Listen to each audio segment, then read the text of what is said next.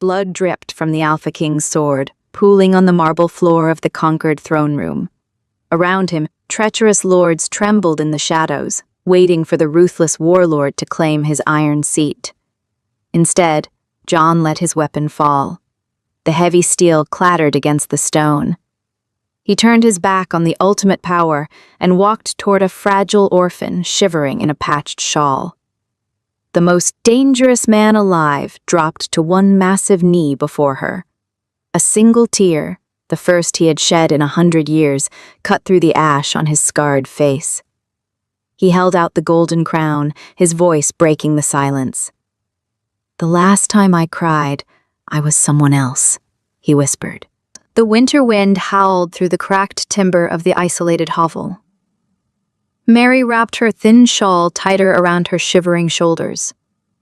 The fire in the stone hearth had died down to a handful of gray ashes. Hunger gnawed at her stomach, a familiar pain she had endured for 3 days. Outside, the snow fell thick and heavy, burying the forgotten medieval village in white. A sudden, heavy thud against the wooden door broke the silence of the night.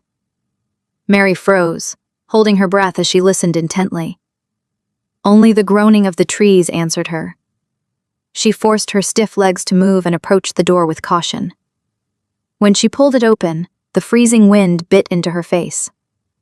A large shape lay collapsed across the threshold, face down in the deep drift.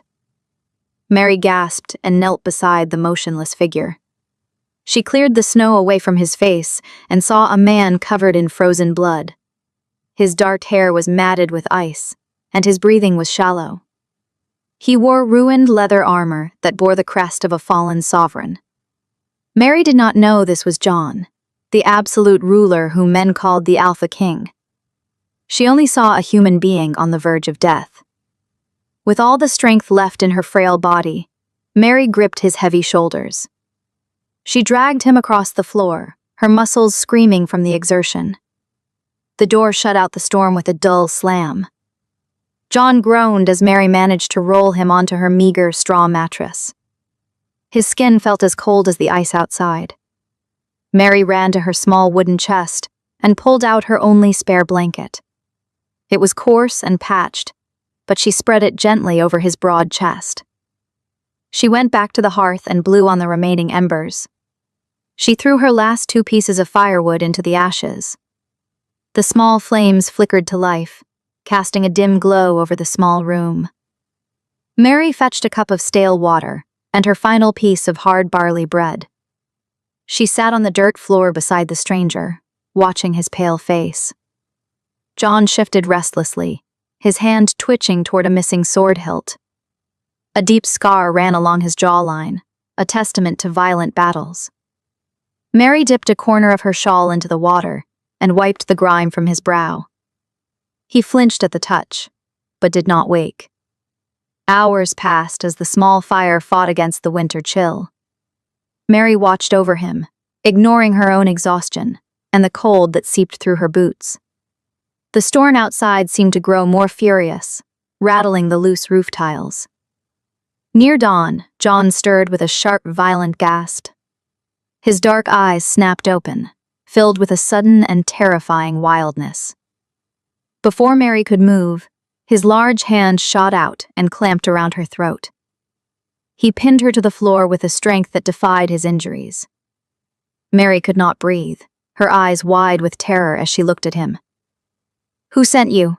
John demanded, his voice a low, gravelly growl. He looked around the miserable room, his eyes scanning for hidden assassins. His chest heaved, and fresh blood began to seep through his torn bandages. Mary could only shake her head, her hands clutching at his iron wrist. She managed to point to the cup of water on the floor. John looked down at the water, then at her pale, frightened face. He noticed her thin clothes and her robes showing beneath her smock. Slowly, his fingers loosened, and he released her. Mary collapsed on the floor, coughing and drawing in deep breaths of air. John sank back onto the straw mattress, pressing a hand to his bleeding side. "You are a peasant," he muttered, his gaze turning to the ceiling. "I am Mary," she whispered, her voice trembling but clear. You should have left me in the snow to die, Mary, he said. The wolves would have torn you apart before morning, she replied simply. John let out a dry, bitter laugh that turned into a grimace of pain. Perhaps that would have been a better fate than betrayal, he said.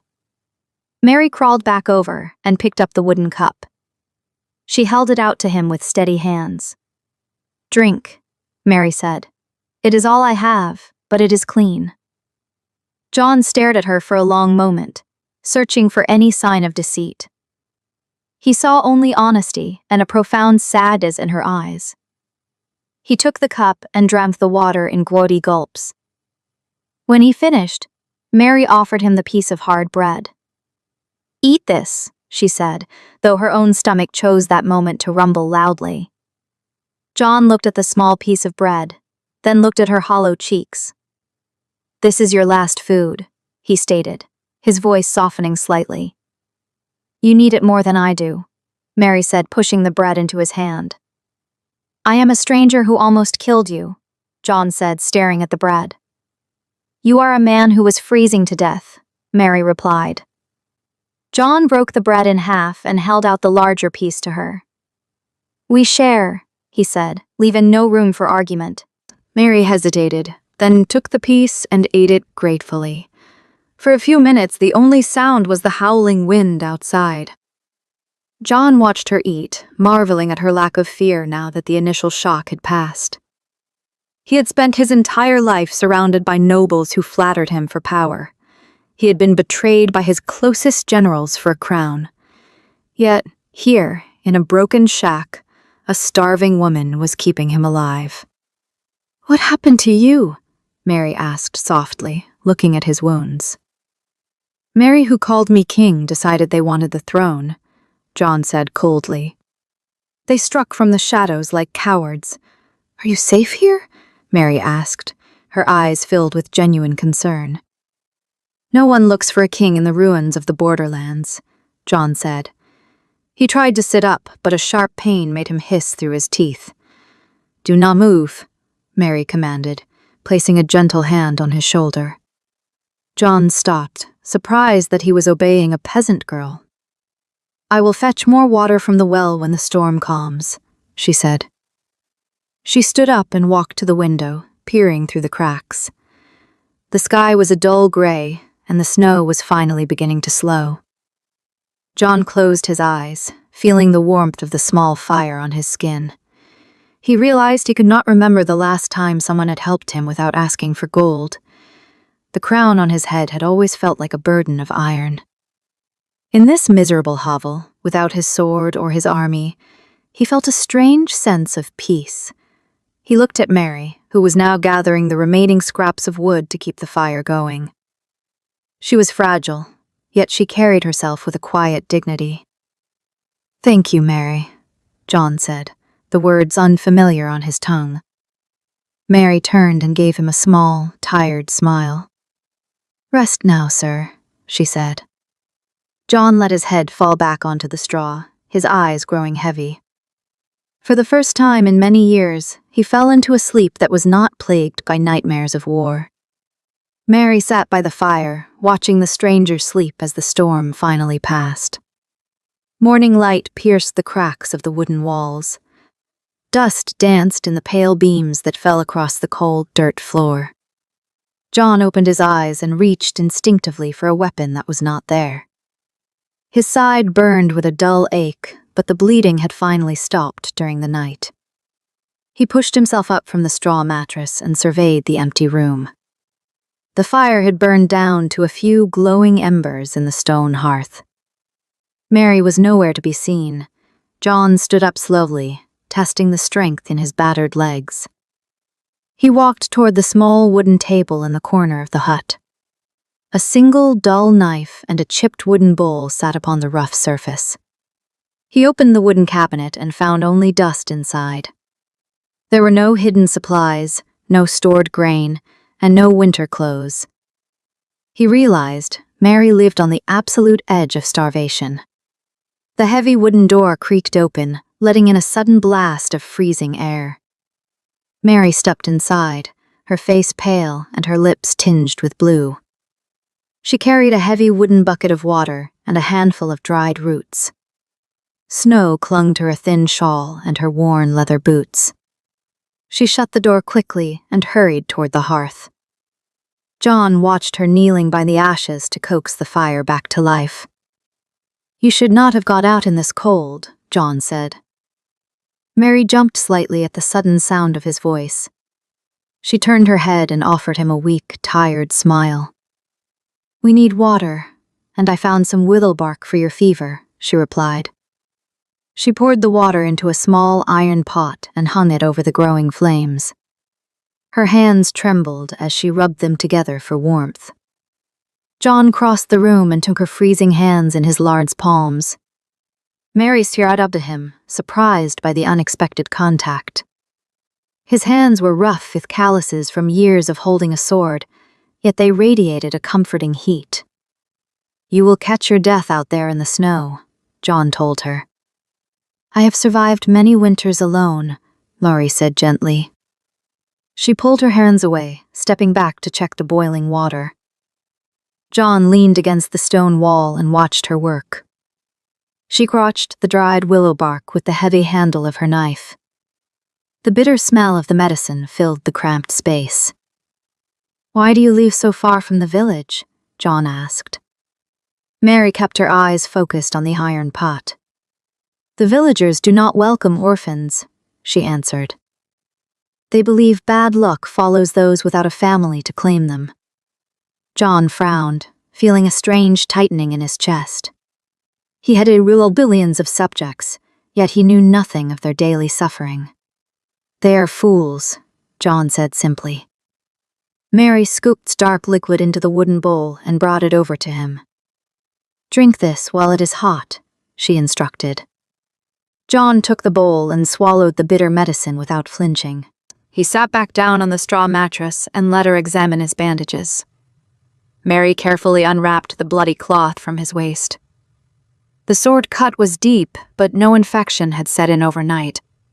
She washed the wound with warm water and applied a thick paste made from the roots. Her touch was remarkably gentle, pulling no pain from his torn flesh. "You have a healer's hands, Mary," John noted. "Pain is a common friend in the borderlands," Mary whispered. "I learn how to mend things out of necessity." She tied a clean strip of linen tightly around his torso. Before John could respond, a sharp sound cut through the quiet winter morning. A distant horn echoed down from the snowy mountain ridge. John went rigid, his instincts flaring instantly. He knew that specific sound intimately. It was the hunting horn used by his traitorous generals. Mary stood up, alarm widening her brown eyes. "What is that?" she asked, looking nervously toward the window. "Men who want my head," John said, forcing himself to stand. He grabbed the dull knife from the table, his muscles tensing for a fight. He would not let these assassins harm the woman who had saved him. "They are searching the valley," John said, moving steadily toward the door. Mary ran forward and grabbed his arm with surprising strength. "You cannot fight them in this state," she pleaded. "I will not hide while they burn this place to the ground," John retorted. "They do not know you are here," Mary insisted, pulling him backward. She dragged him toward a section of loose floorboards near the hearth. She pried the heavy planks up to reveal a small, dark root cellar. "Get inside," Mary commanded, with an unexpected authority. John looked down into the dark hole, then back at her determined face. "If they find you hiding me, they will execute you," John warned. "They will only see a poor peasant girl," Mary said, pushing his solid shoulder. "Please, John." It was the very first time she had spoken his name. The sound of it on her lips broke through his stubborn pride. John lowered himself into the freezing cellar, his large frame barely fitting in the tight space. Mary handed him the ratted blanket before sliding the heavy floorboards back into place. Darkness swallowed him completely. Above him, John heard Mary drag the heavy wooden chest over the loose boards to hide the seams. He sat in the pitch black, gripping the dull knife in his hand. The sound of horses tramping through the deep snow grew louder outside. Heavy fists hammered on the wooden door, shaking the entire frame of the hovel. John held his breath, listening to the muffled voices through the floor. He heard the door smash open and the heavy boots of soldiers storming inside. Snow blew into the room, chilling the floorboards right above his head. "Where is he, girl?" a rough voice demanded. "We tracked his blood to the edge of these woods," Mary's voice answered, high and trembling with feigned terror. "I have seen no one, my lord. I have not left this hut since the storm began 2 days ago." "Do not play games with us," another soldier barked angrily. The sickening sound of pottery shattering echoed through the small room. John clenched his jaw, his knuckles turning white around the knife handle. He listened helplessly as the men tore apart her meager belongings. They flipped the straw mattress and kicked the wooden table hard against the wall. "She has nothing here, Captain," a soldier finally said. "Just another starving rat in the woods." "Leave her," the captain ordered in a bored tone. "If you see a wounded man, report to the garrison immediately, or we will hang you from the nearest tree." "Yes, my lord," Mari whispered. The heavy boots marched back out and the broken door slammed shut. John listened to the heavy horses gallop away until silence finally returned to the valley. The wooden chest scraped across the floor above him. Light poured into the cellar as Mary pulled the floorboards away. She reached down to help him out of the tight space. John climbed out of the hole and looked at the senseless destruction around them. Her only iron pot was heavily dented, and the wooden bowl was crushed to splinters. Mary did not cry, but she stood quietly amid the ruin of her life. She bent down and began to pick up the broken pieces of wood. John walked over to her, his heart suddenly heavier than the crown he had lost. He stopped her hands from gathering the ruined herbs from the dirt floor. John gently pulled her up to face him. He reached out and carefully brushed a stray lock of hair from her pale face. "You risked your life for a man you do not even know," John said. "I could not let them take you," Mary replied quietly, looking up at him. "I swear to you, Mary," John said, his voice dropping to a low, dangerous vow. "I will repay you for every broken thing in this room." Mary looked at his intense eyes and slowly shook her head.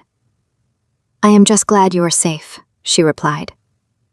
John pulled her into his broad chest, wrapping his arms securely around her trembling shoulders. He closed his eyes and buried his face in her hair. The Alpha King realized his entire kingdom meant nothing compared to the brave woman holding him now. The soldiers left behind a profound silence that was broken only by the crackling fire. John released Mary from his embrace and looked at the ruined hut. He knelt on the dirt floor and began to gather the splintered remains of the wooden table. Mary watched him in quiet astonishment. Kings did not clean up broken wood. "You should rest, John," she said, kneeling beside him. "My wounds are healing, Mary," he replied without looking up. "I will not sit idle while you suffer the consequences of my enemies." They worked side by side to stack the broken planks near the hearth for firewood. The destruction had taken what little Mary owned, but it had also shattered the invisible wall between them. 3 days passed in a slow, starving rhythm. The winter storm finally broke, leaving the valley buried beneath a sea of white. John's strength returned quickly, fueled by a stubborn will to survive. He spent his mornings repairing the heavy door and patching the gaps in the timber walls. He used strips of leather from his ruined armor to bind the broken chair legs. Mary watched his capable hands work with a quiet fascination. She had expected arrogance from a man who carried himself like a ruler. Instead, she found a man who chopped firewood with fierce concentration and fixed her home without complaint. Yet, a darker shadow loomed over their fragile peace. The food was entirely gone. Mary boiled pine needles and melted snow to stave off the gnawing ache in their stomachs. She always poured the thicker broth into his wooden cup. John knew she was starving herself to ensure he regained his strength. He tried to refuse the extra portion, but she would simply walk away until he finished it. "You need it to heal," she would say with finality. John had never felt such helpless frustration. He possessed the knowledge to command armies and conquer cities. Here, he could not even provide a piece of bread for the woman who saved his life.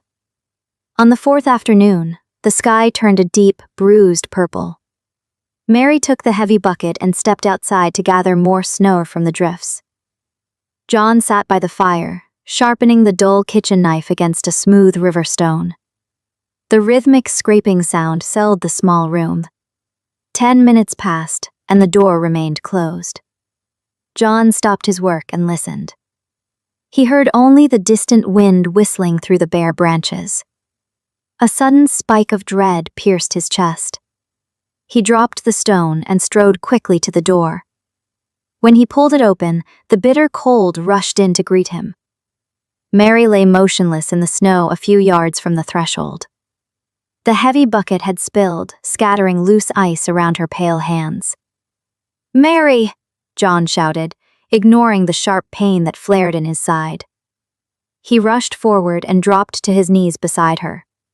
Her skin was terrifyingly white, and her lips were cracked and dry. She had simply collapsed from extreme exhaustion and starvation. John slipped his arms beneath her frail body and lifted her. She weighed almost nothing. He carried her inside and gently laid her down on the straw mattress. He dragged his own patched blanket over her and tucked it tightly around her shivering shoulders. John stoked the fire until the flames roared, casting bright light across her still face. He rubbed her freezing hands between his own, trying to force warmth back into her blood. "Wake up, Mary," he pleaded, his voice cracking with a heavy emotion. Mary did not stir, her breathing terribly shallow. John looked at her hollow cheeks and felt a sudden, violent surge of anger. He was not angry at his traitors, nor at the cruel winter. He was furious with himself. He had allowed her to sacrifice her life for his. John gently placed her hands under the blanket and stood up. He walked to the table and picked up the sharpened knife. He tested the edge against his thumb, watching a small drop of blood bead on his skin. It was a pathetic weapon for a king, but it would have to do. He looked back at Mary, making a silent vow in the quiet room. He would not let her die in this forsaken place. John buttoned his ruined leather tunic and wrapped a scrap of cloth around his neck. He stepped out of the hovel and pulled the door shut behind him. The forest stood before him like a dark, imposing wall. He had hunted boar with golden spears and a dozen hounds in his past life. Now, he was just a desperate man hunting for survival. John moved into the tree line, his steps silent despite the deep snow. His sharp eyes scanned the white landscape for any sign of movement. He tracked a set of small prints that led toward a dense thicket of thorns. The cold bit at his face, but the fire burning in his chest kept him moving forward. He crouched low behind a fallen oak tree and waited. Patience was a virtue he had learned on bloody battlefields. A large winter hare emerged from the bushes, sniffing the freezing air. John tightened his grip on the knife handle. He calculated the distance and the speed of the wind in a split second. He sprang forward with lethal grace, crossing the distance before the animal could turn. The hunt was over in a single, brutal motion. John stood up, breathing heavily as he looked down at his prize. It was a small victory, but it meant they would live another day. He tied the hare to his belt and turned back toward the distant smoke of the chimney. The return journey felt twice as long as the adrenaline faded from his blood. His wound pulsed with a dull warning, but he ignored it. When he reached the clearing, he saw the small hut standing resilient against the snow. He pushed the door open and stepped into the warmth. Mary turned her head weakly on the mattress, her eyes fluttering open. She saw him standing there, covered in snow, holding fresh meat in his hand. Tears welled up in her eyes, spilling over her pale cheeks. John walked over and knelt beside the mattress. "You will not go hungry again, Mary," John said softly. "I promise you." He stood up and went to the hearth to prepare the meal. Mary watched his broad back, feeling a strange sense of safety wash over her. He was a dangerous man, but he was choosing to use his strength for her. The smell of roasting meat soon filled the small room, masking the scent of cold and despair. John brought her a wooden bowl filled with rich, hot broth and tender meat. He sat beside her and fed her slowly, making sure she did not eat too fast.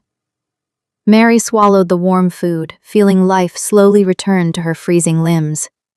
She looked at John, seeing the fierce determination in his dark eyes. He was no longer just a wounded stranger seeking refuge. He was becoming her protector. The harsh winter tightened its grip on the borderlands.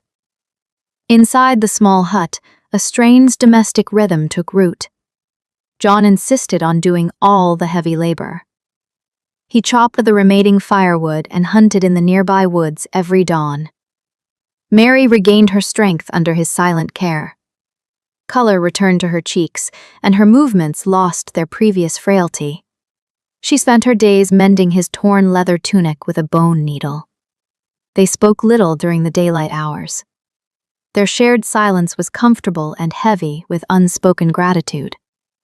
John spent his evenings sitting by the fire with a piece of hard pine. He used his hunting knife to carve the wood with steady, precise strokes.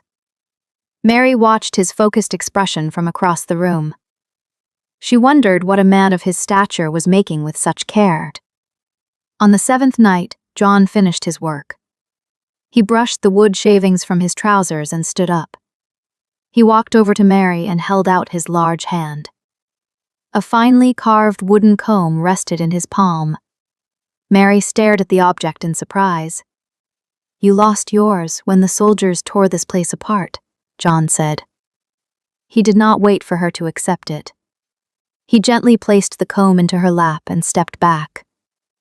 Mary traced the smooth teeth of the comb with trembling fingers. She had never received a gift in her entire life.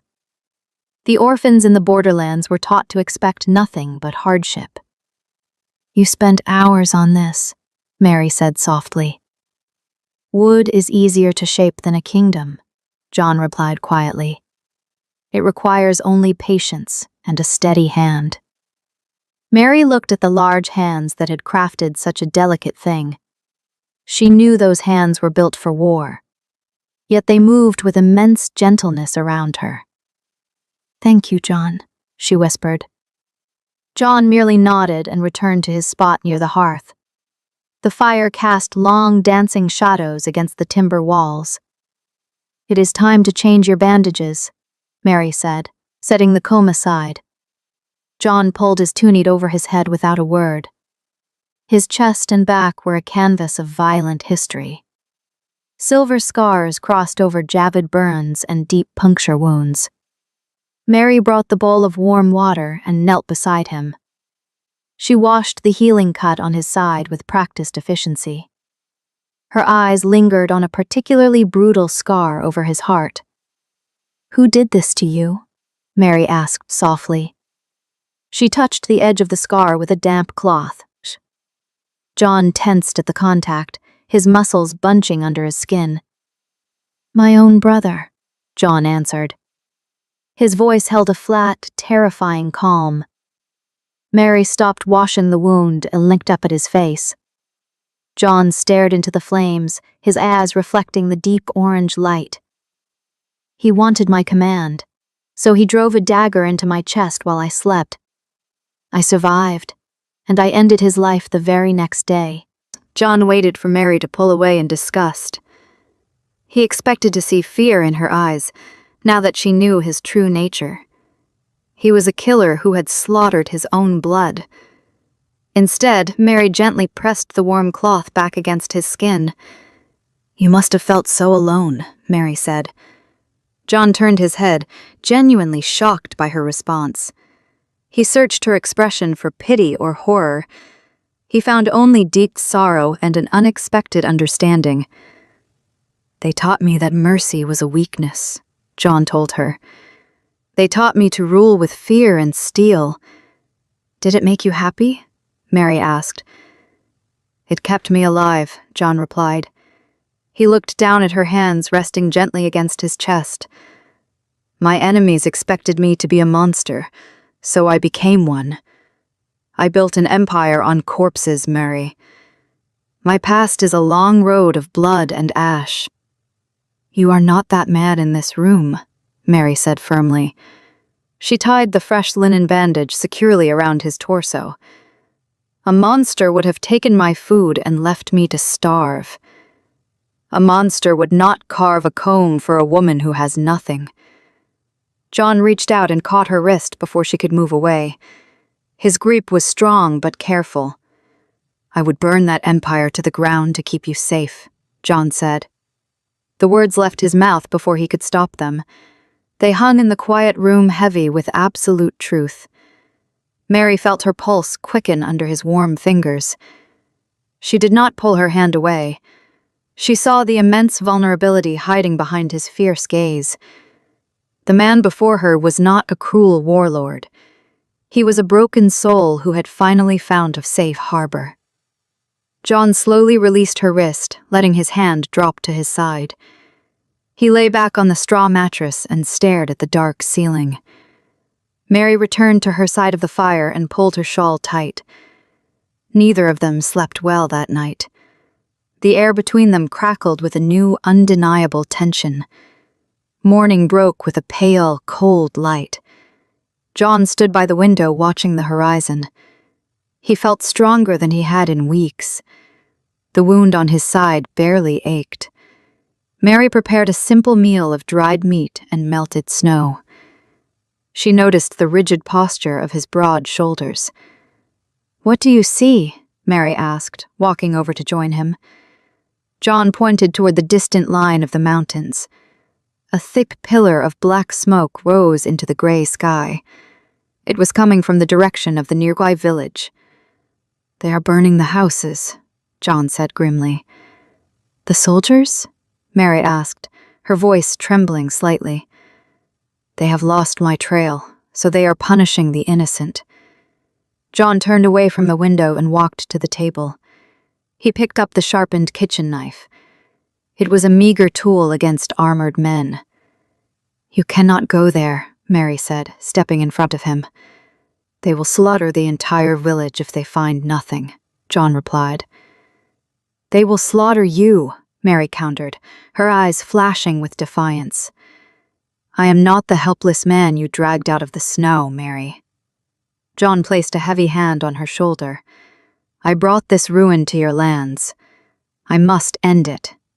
Mary looked at the determined set of his jaw. She knew she could not stop him. "Then I will go with you," Mary said. John shook his head immediately. "It is too dangerous." "I know the hidden paths through the woods," Mary insisted. "You will be blind without me." John stared at her, weighing the tactical advantage against the risk to her life. He hated the idea of putting her in danger. He also knew she spoke the truth. "You stay behind me at all times," John commanded. Mary nodded, her fear entirely replaced by resolve. She grabbed her worn boots and her thickest woolen shawl. John watched her prepare, a profound respect swelling in his chest. She had no armor and no weapon. She only had immense courage. John pushed the heavy door open, and they stepped out into the bitter cold. The wind immediately tore at their clothes. Mary led the way toward the dense tree line. She moved with practiced silence over the deep snowdrifts. John followed closely, his eyes constantly scanning the shadows. Every snapped twig made his muscles tense. He was ready to kill anyone who threatened the woman walking before him. The smoke grew thicker as they navigated the winding forest path. The smell of burning pine and ash filled the freezing air.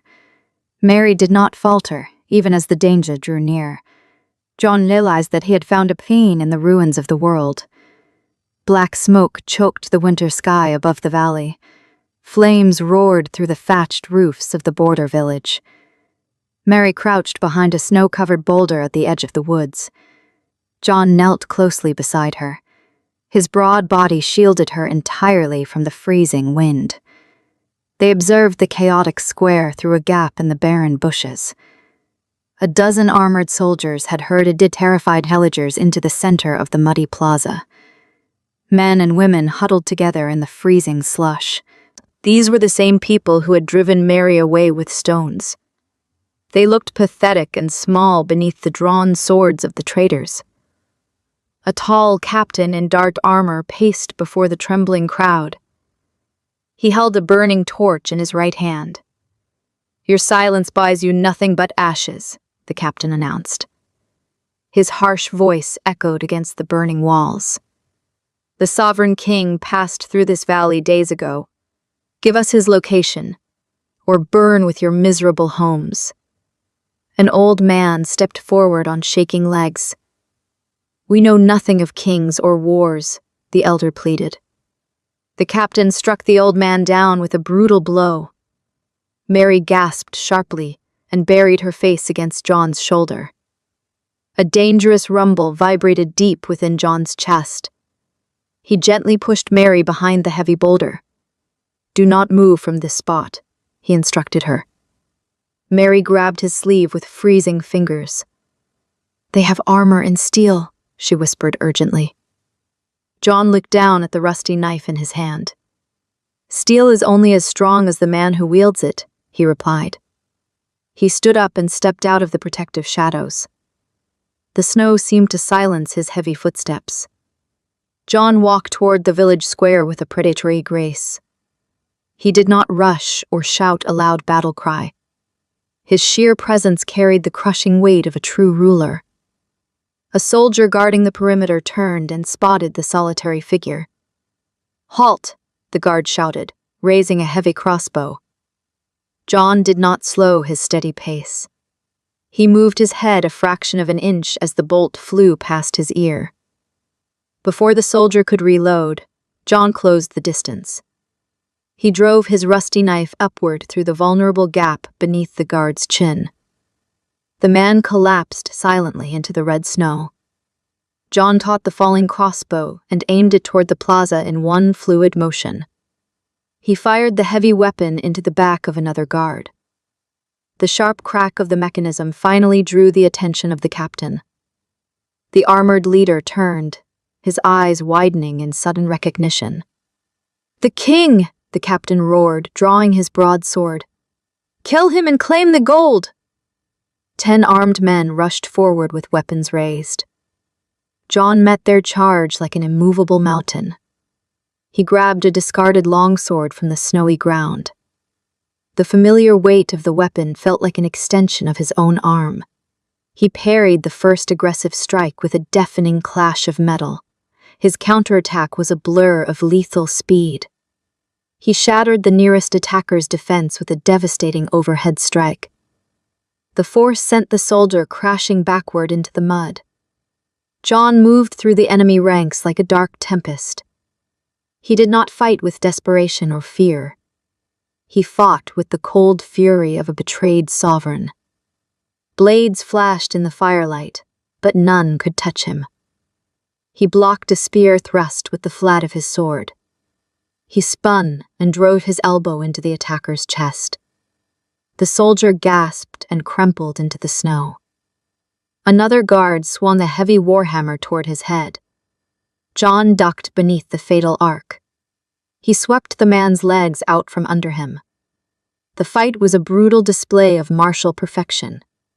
He disarmed a third man with a sharp twist of his wrist. A heavy kick sent another flying into a burning cart. Mary watched his broad back through the barren branches.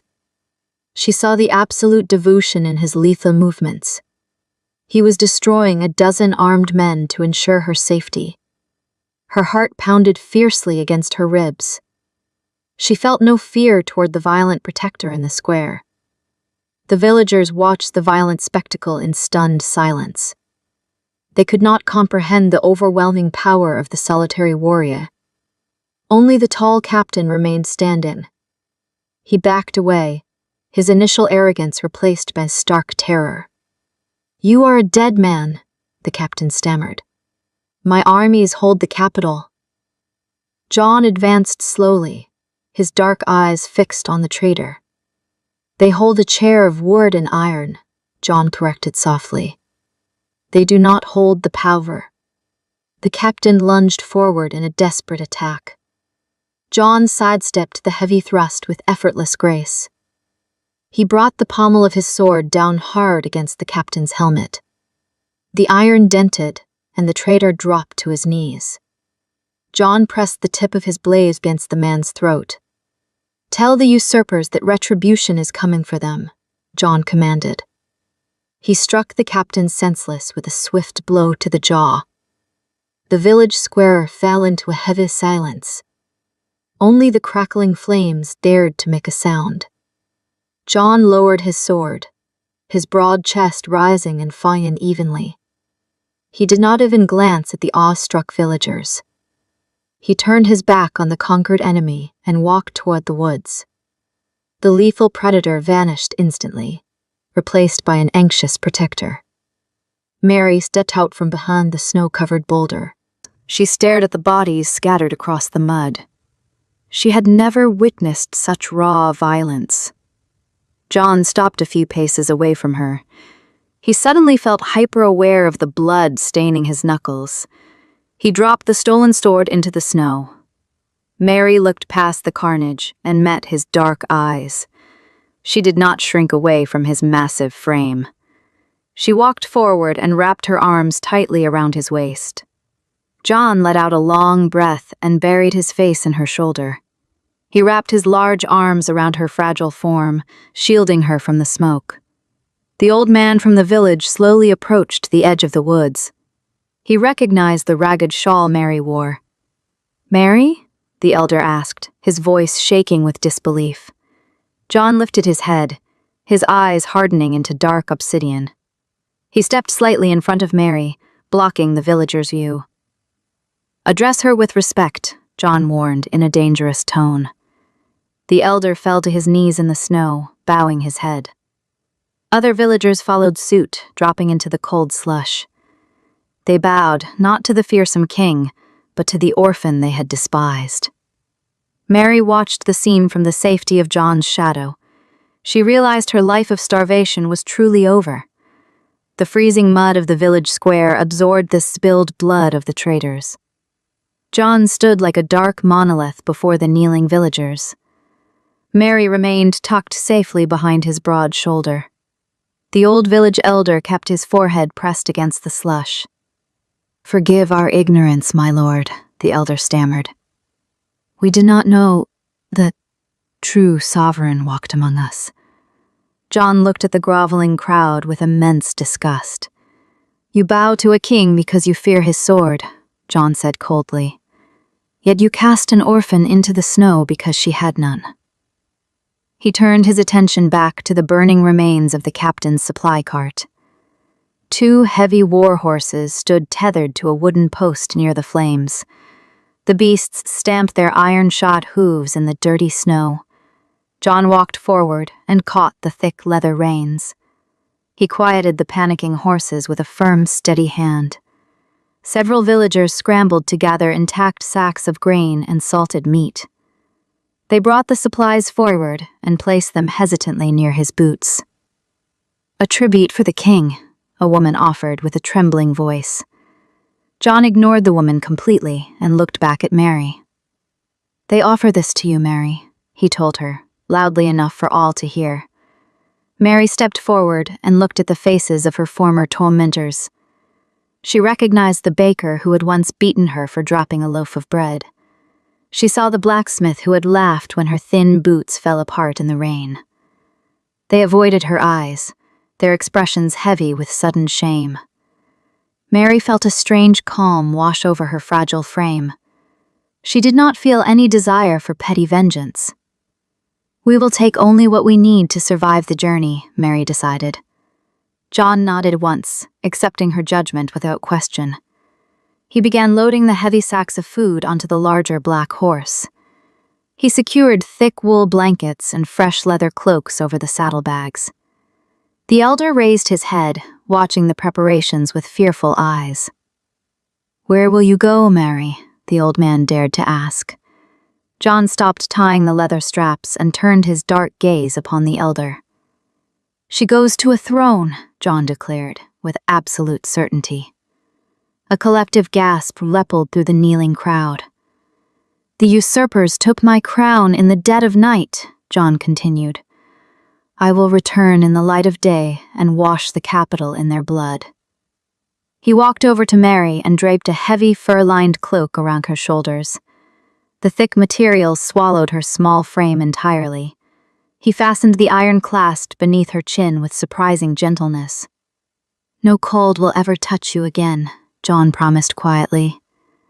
Mary looked up at him, her brown eyes shining with unshed tears. She reached out and placed a small hand against his solid chest. "I do not need a throne, John," she whispered. "You deserve the world," he replied simply, "and I intend to give it to you." John led the second horse forward and checked the leather stirrups. The mount was a massive warhorse, bred for armored combat. Mary stared at the towering beast with clear apprehension. She had never ridden an animal in her entire life. John noticed her hesitation and offered a reassuring smile. He stepped behind her and gripped her waist with his large hands. He lifted her effortlessly into the air as if she weighed nothing at all. Mary let out a soft gasp as she settled onto the wide leather saddle. John adjusted the heavy cloaks around her legs to block the biting wind.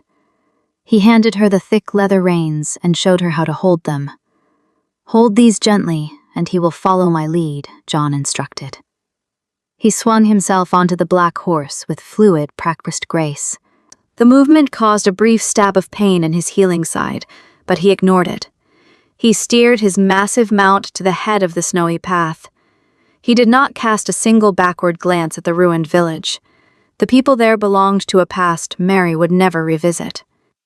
Mary urged her horse forward and followed closely behind him. The snow crunched heavily beneath the iron hooves of the horses.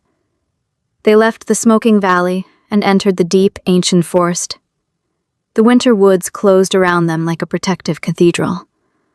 The wind howled through the high branches, but the thick trees broke its force. Mary pulled the fur collar up against her face, relishing the unfamiliar warmth. Her stomach was full of salted meat, and her future was suddenly vast. She watched John's broad back sway in rhythm with his horse's stride. He looked like a dark conqueror riding through the frozen wilderness. Yet he constantly slowed his pace to ensure she was not falling behind. Hours passed as they navigated the treacherous mountain passes. The gray sky began to darken into a bruised purple twilight. John signaled a halt near a shallow cave set beneath a rocky overhang. He dismounted quickly and walked over to help Mary down. Her legs felt numb and stiff from the long ride in the saddle. When she slid down, her knees buckled upon hitting the frozen ground. John caught her instantly, pulling her against his chest to steady her. "The first ride is always the hardest," he said softly. Mary leaned against him for a moment, absorbing his steady strength. "I am fine," she insisted, stepping back with a small smile. John tied the horses to a sturdy pine tree and brought the supplies inside the cave. He gathered dry branches and started a small, crackling fire near the entrance. The orange light pushed back the creeping shadows of the night. They sat together on the spread blankets, sharing a quiet meal. The silent bond between them felt stronger than forged steel. Mary watched the flames dance across the rugged lines of his face. The harsh scar on his jaw looked less menacing in the warm light. "How far is the capital?" she asked, breaking the comfortable silence. 2 weeks of hard riding toward the southern plains, John answered. He tossed another dry branch onto the fire, sending sparks into the air. My enemies will be waiting behind high stone walls. Will your remaining loyal men join you? Mary wondered aloud. I do not know who remains loyal, John admitted frankly. Treason spreads like a plague when a king falls. He looked at his hands, remembering the blood he had spilled that morning. I must assume every man with a sword is an enemy until proven otherwise. Mary reached across the blankets and covered his large hand with her own. You will not be fighting alone this time, she told him firmly. John stared at her small fingers resting against his rough skin. Her presence anchored his dark soul to the light. I will keep you far from the battlefield, he promised her. I will not hide while you risk your life, Mary countered immediately. You are my protector, but I am not a fragile glass doll. John smiled, a rare expression that completely transformed his stern face. He recognized the stubborn fire burning in her brown eyes. It was the same fire that had kept her alive in the freezing borderlands. I know you are not fragile, Mary, he said. You saved a dying man when you had nothing to give. That requires more strength than swinging a steel sword.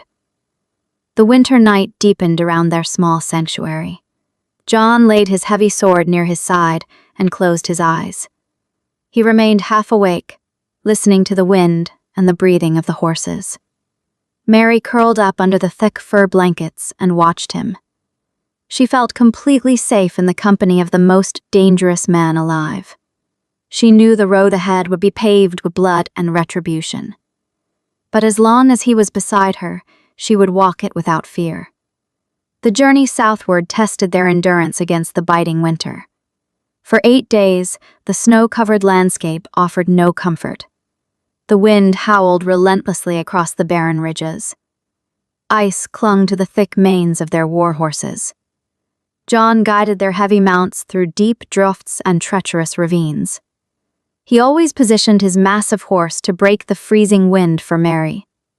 They shared their meals in silence beneath the heavy canopy of ancient pines. John wrapped an extra wool blanket around Mary every morning. He checked her boots for frostbite during every brief halt. Mary noticed he always took the smaller portion of their rations. She began to secretly hide dried meat in her pockets to share with him later. When he discovered her deception, he offered a rare, genuine laugh. It was a deep, rumbling sound that warmed the freezing air. You cannot trick a soldier with his own supplies, Mary, he had told her. Yet he ate the extra food she offered, unable to refuse her sincere care. Mary learned to endure the long hours in the leather saddle without complaint. Her body grew accustomed to the swaying rhythm of the warhorse. During their brief rests, John did not force her to stay idle.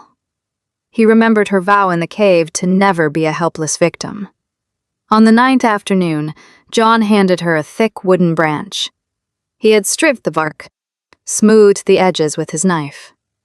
Mary took the makeshift weapon, looking at him with curious eyes. You must know how to protect yourself if we are separated, John explained. He stood a few paces away and adopted a relaxed stance. Strike my chest, he instructed calmly. Mary hesitated, gripping the heavy wood with both hands. She swung the branch awkwardly toward his torso. John deflected the blow effortlessly with his bare forearm. He stepped forward and corrected her grip, placing his large hands over her fingers. His touch was patient and incredibly precise. Do not rely on your arms, John told her. Drive the force from your legs and turn your hips. Mary nodded, absorbing his tactical instructions with serious focus. They practiced these basic defensive strikes every evening before building their fire. Mary stumbled and dropped the branch countless times in the snow. John never displayed frustration or impatience. He simply picked up the wood and handed it back to her. He respected her determination far more than raw physical strength.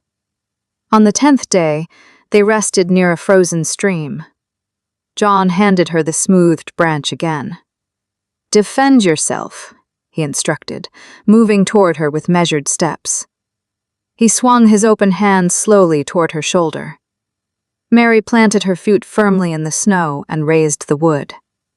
She twisted her hips exactly as he had taught her. The wooden branch met his forearm with a loud, solid crack. John stopped his movement, genuinely impressed by the force of her block. "Good," he praised her, his dark eyes shining with pride. "Never close your eyes when you strike."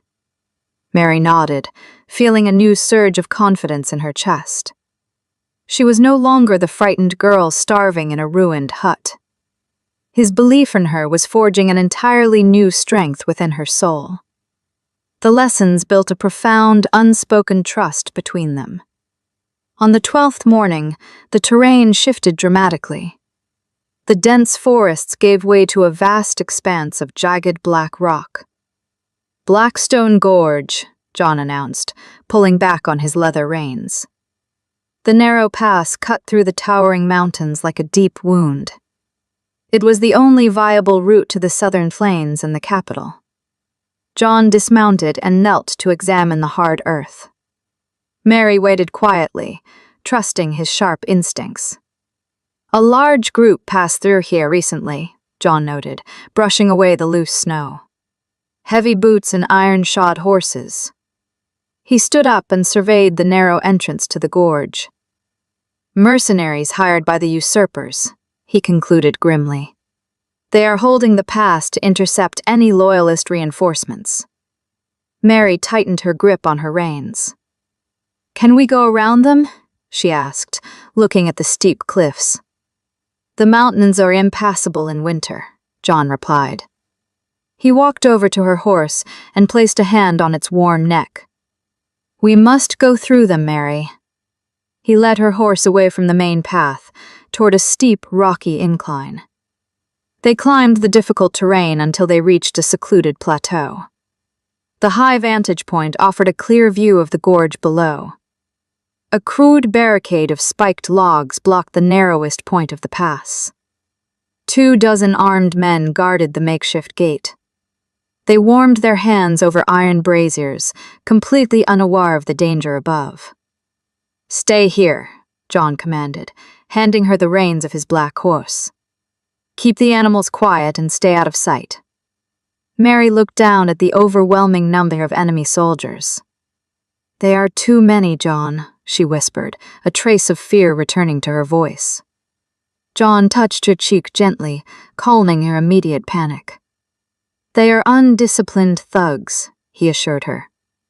"I will use the canyon against them." He drew his stolen longsword and turned away from the plateau. Mary watched him descend the rocky slope with lethal silence. He did not march openly down the center of the road. He moved like a dark shadow among the jagged boulders. John understood that absolute power required tactical brilliance, not just brute force. He reached the floor of the gorge completely unseen. He picked up a heavy stone and hurled it across the canyon. The rock shattered loudly against the far cliff wall.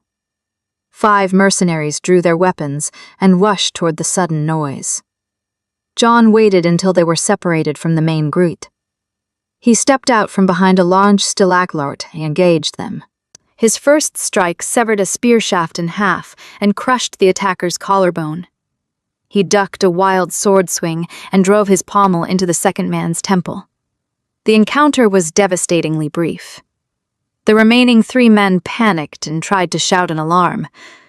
John silenced them with swift, clinical strikes that ended their resistance instantly. He did not revel in the violence, but he executed it with terrifying efficiency. The captain of the mercenaries finally noticed the missing patrol. "To arms," the captain yelled, drawing a heavy battle axe. The rest of the camp scrambled to form a defensive line.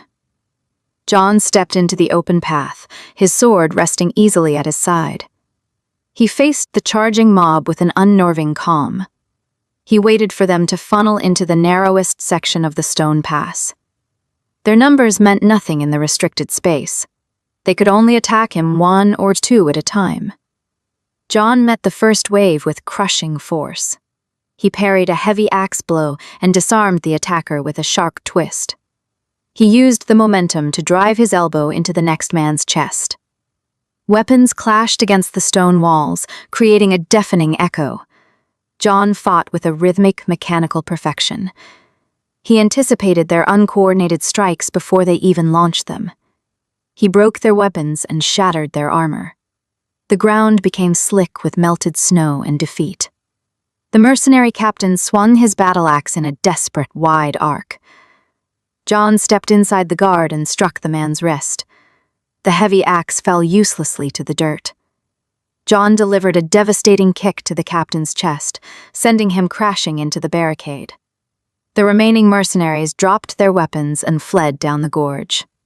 John did not pursue the broken men. His message would spread faster on the lips of cowards. He wiped his blade on a discarded cloak and sheathed the weapon. The silence returned quickly to the icy gorge. John inspected the abandoned mercenary camp for usable supplies. He found a small chest of silver coins and 2 fresh canteens of water. He secured the items in his saddlebags before returning to the rocky incline. The path to the southern plains was now entirely open. He walked over to the barricade and easily dismantled the spiked logs. Mary watched the entire battle from her hidden plateau. She remained absolutely stunned by his martial dominance. He had dismantled an entire mercenary company without suffering a single scratch. John climbed back up the steep incline and approached her. His breathing was completely steady. He took the reins of his black horse from her hands. "The pass is clear," John announced quietly. Mary looked at his face, seeing the gentle protector returning to the surface.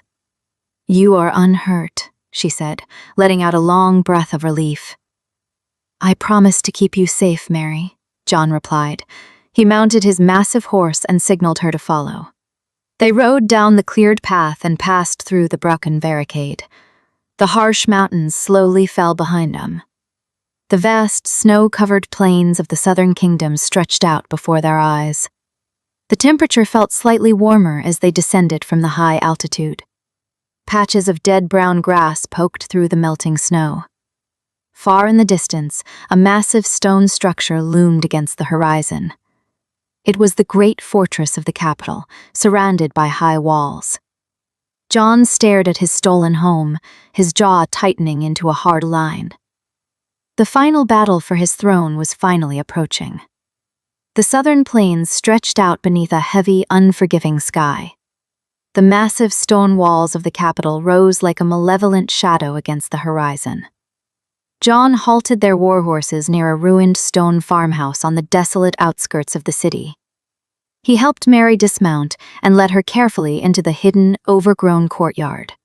They tied the exhausted horses to a sturdy iron ring and moved inside the abandoned structure. Mary peered through a shattered window toward the towering fortress. Black banners of the usurper flapped violently in the freezing morning wind. John stood closely behind her, his dark eyes analyzing the heavy fortifications with clinical precision. "My brother commands thousands of men behind those ancient walls," John stated quietly. Mary turned to face him, her brow furrowing with deep concern.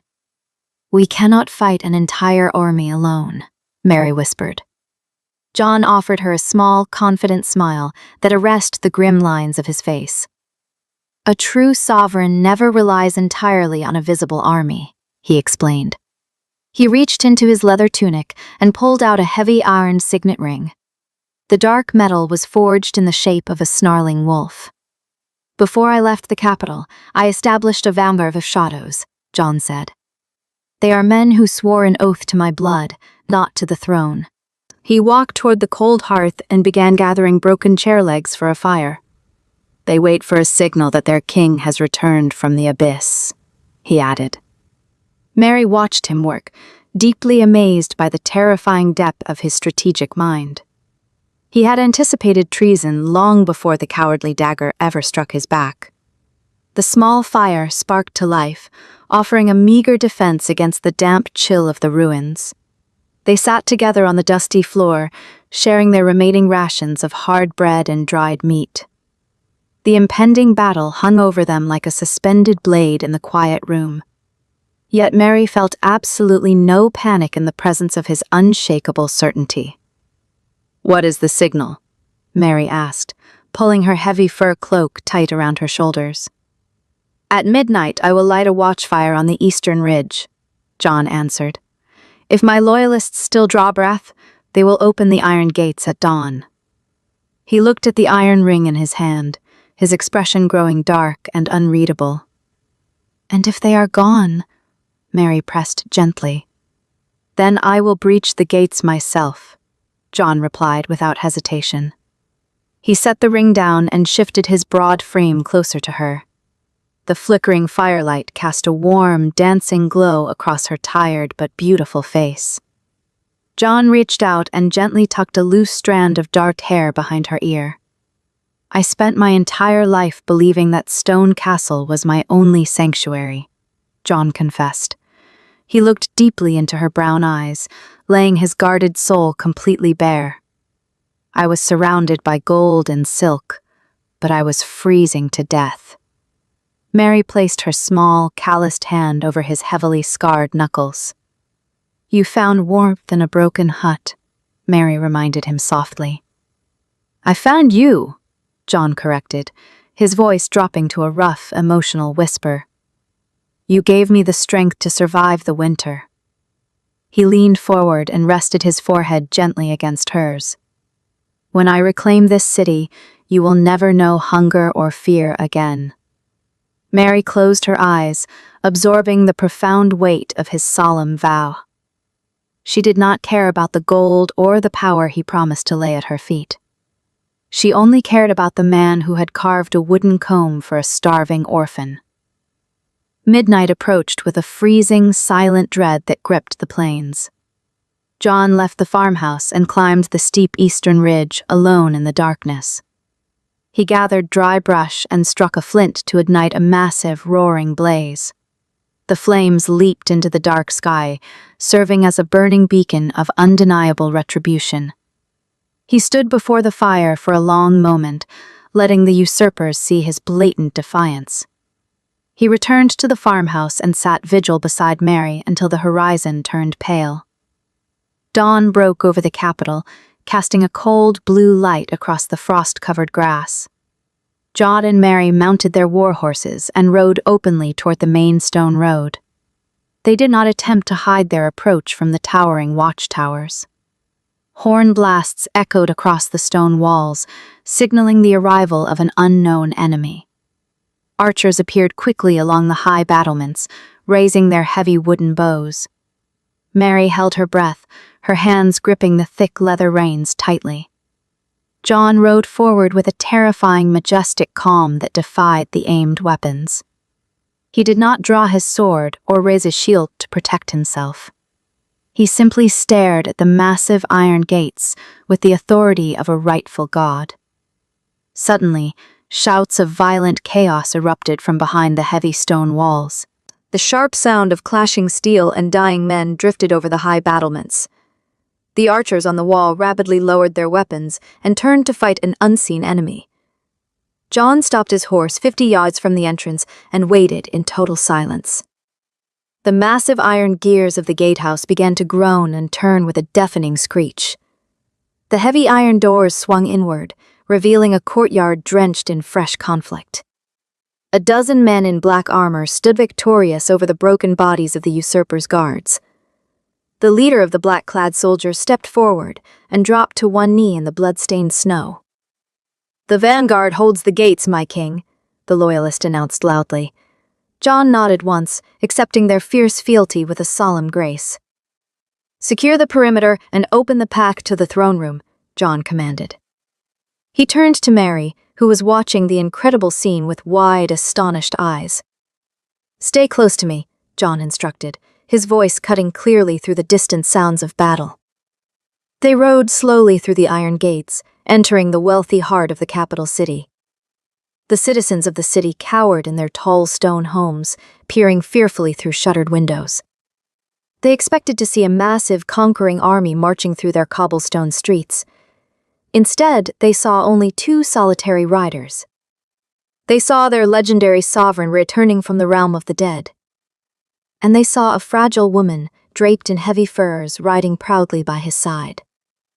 A squad of traitorous soldiers rushed down the main avenue in a desperate attempt to intercept them. John did not wait for his vanguard to engage the approaching threat. He spurred his black warhorse forward, drawing his long sword in a single fluid motion. The enemy soldiers raised their shields, expecting a standard cavalry charge. John struck their defensive line with the unstoppable force of a falling meteor. His sword cleaved through wood and iron armor with devastating, lethal precision. He dismantled the entire squad in a matter of seconds, leaving a wide trail of defeated men. He fought with a brutal elegance, ensuring not a single drop of blood splattered onto Mary's fur cloak. The psychological crush on the remaining traitors observing from the alleys was absolute. Men dropped their weapons and fled in terror, completely broken by his lethal prowess. John guided his horse through the chaotic streets, his dark eyes fixed entirely on the central keep. His treacherous brother waited inside that heavily fortified stone tower. The time for mercy had ended weeks ago in the freezing snow of the borderlands. The time for absolute payback had finally arrived. Mary rode faithfully behind him, bearing witness to his dark majesty. She knew the man wielding the bloody sword was not a monster. He was simply clearing the debris to build a beautiful, safe world for her. You know, this story really got to me. It just goes to show that even the hardest hearts can be saved by a single, quiet act of kindness. How did Mary and John's journey make you feel? Drop a comment below and let me know where in the world you're listening from today. If you loved this, please subscribe, and I'll see you in the next story.